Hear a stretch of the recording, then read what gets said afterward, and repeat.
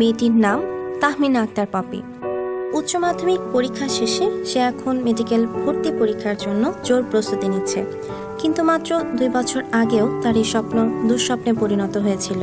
মাধ্যমিক পরীক্ষায় 4.81 পাওয়া এবং কোনো সরকারি কলেজে সুযোগ না হওয়ায় হতাশা ও দুশ্চিন্তায় মুষড়ে পড়ে সে। ঠিক এমনই সময় একটি প্রসপেক্টাসের মাধ্যমে তাহমিনা সাউথ এশিয়ান কলেজ সম্পর্কে জানতে পারে। সে কলেজটি দেখার জন্য আগ্রহী হয়ে ওঠে। সাউথ এশিয়ান কলেজে এসে সে কলেজটির পরিবেশ, ডিজিটাল শিক্ষাদান পদ্ধতি ও তাদের স্বতন্ত্র বৈশিষ্ট্যসমূহ দেখে মুগ্ধ হয়, যা থেকে সাউথ এশিয়ান কলেজে ভর্তির ব্যাপারে দ্বিতীয়বার ভাবায়নি। কিন্তু মাধ্যমিক পরীক্ষার খারাপ ফলাফলের হতাশা থেকে সে বেরিয়ে আসতে পারেনি। ফলাফল ক্লাসে তার অনুপস্থিতি ও অমনোযোগিতা, যা তার কলেজের গাইড টিচারের নজর এড়ায়নি। গাইড টিচার তার বাবাকে ফোন করে জানতে চাইতো কেন সে কলেজে আসেনি, বাসায় ঠিক মতো পড়াশোনা করছে কিনা।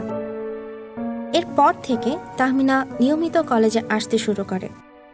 সে দেখল এখানকার পড়ানোর পদ্ধতি একদম আলাদা।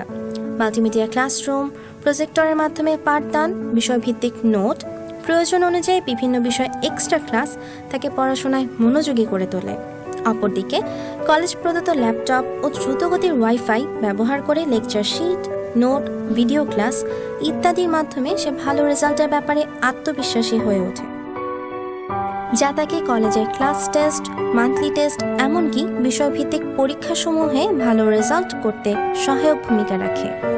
সর্বোপরি তার পরিশ্রম, একনিষ্ঠতা ও টিচারদের সার্বিক পরিচর্যা এই সব কিছুর সফল পরিপূর্ণতা আসে উচ্চ মাধ্যমিক পরীক্ষায় তাহমিনা আক্তার পপির GPA 5 অর্জনের মাধ্যমে।